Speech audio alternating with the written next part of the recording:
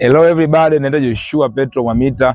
Leo ninakuletea ujumbe unaosema umuhimu wa mawazo. Kila mtu anawaza. Nguo ambazo tumezivaa, simu ambazo tunazitumia, nyumba ambazo tunazijenga, yote hayo ni mawazo. Mawazo ni muhimu kwenye maisha ya mtu, lakini pia kuna mambo mabaya ambayo yanatokea ambayo pia ni mawazo. Yalianza kama mawazo na baadaye yakabadilika yakawa vitu. Kumbe ukiwa na mawazo ambayo ni bora zaidi, unaweza kufanya vitu vyako kwa ubora na ukafanikiwa zaidi. Mawazo huwa yanatoka kwenye vyanzo tofauti tofauti.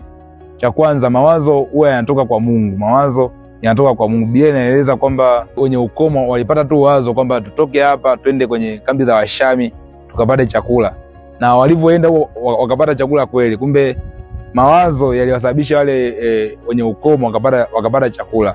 Mawazo ambayo unayo wewe kuhusu biashara, kuhusu utumishi, kuhusu mambo mbalimbali ambayo unayo, mawazo hayo mazuri yanatoka kwa Mungu. Kwa hiyo ni vizuri ukayachukulia kwa userious zaidi.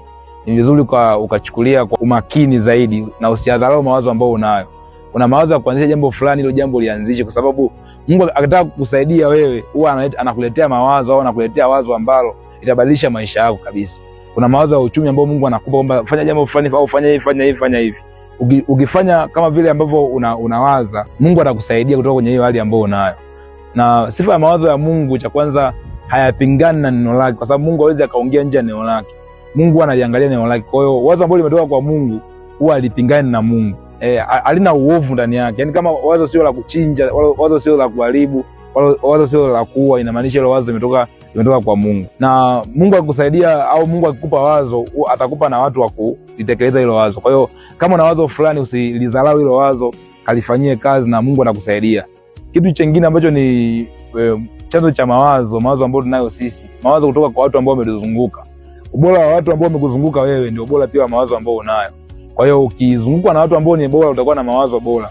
Mke wa Herode alimshauri mtoto wake kwamba anavyoenda kumuomba babake zawadi, aombe kichwa cha Yohana Mbatizaji. Kwa hiyo inamaanisha kama yule mtoto angekuwa na mama mzuri, angeamua vizuri. Watu wanaanza kukupa mawazo ya biashara mazuri, watu wanaanza kukupa mawazo ya familia nzuri, watu wanaanza kukupa mawazo ya kufanya jambo ambalo ni zuri zaidi. Kwa hiyo jitahidi kujizungushia watu wazuri ili upate mawazo mazuri. Na ukijizungushia watu wabaya utapata mawazo mabaya. Kitu kingine ambacho ni chanzo cha mawazo ni shetani. Na shetani atakuletea wazo ambalo lipo kinyume na neno la Mungu. Hata kama inaonekana kama lina uzuri, lakini mwisho wa siku hilo wazo litakuwa ni baya. Naona kama Eva alikula tunda ambalo Mungu alimkataza kula kwa sababu alishauriwa na shetani kwamba afanye hivyo. Kitu kingine ambacho ni chanzo cha mawazo ni mazingira ambayo unayo. Ukikaa katika mazingira ambayo ni duni, utakuwa na mawazo duni. Ukikaa katika mazingira ambayo yana ubora, utakuwa na mawazo pia ya ubora. Kwa hiyo ni vizuri ukajifunza kutembelea maeneo tofauti tofauti, lakini pia ukabadilisha mazingira ambayo unayo.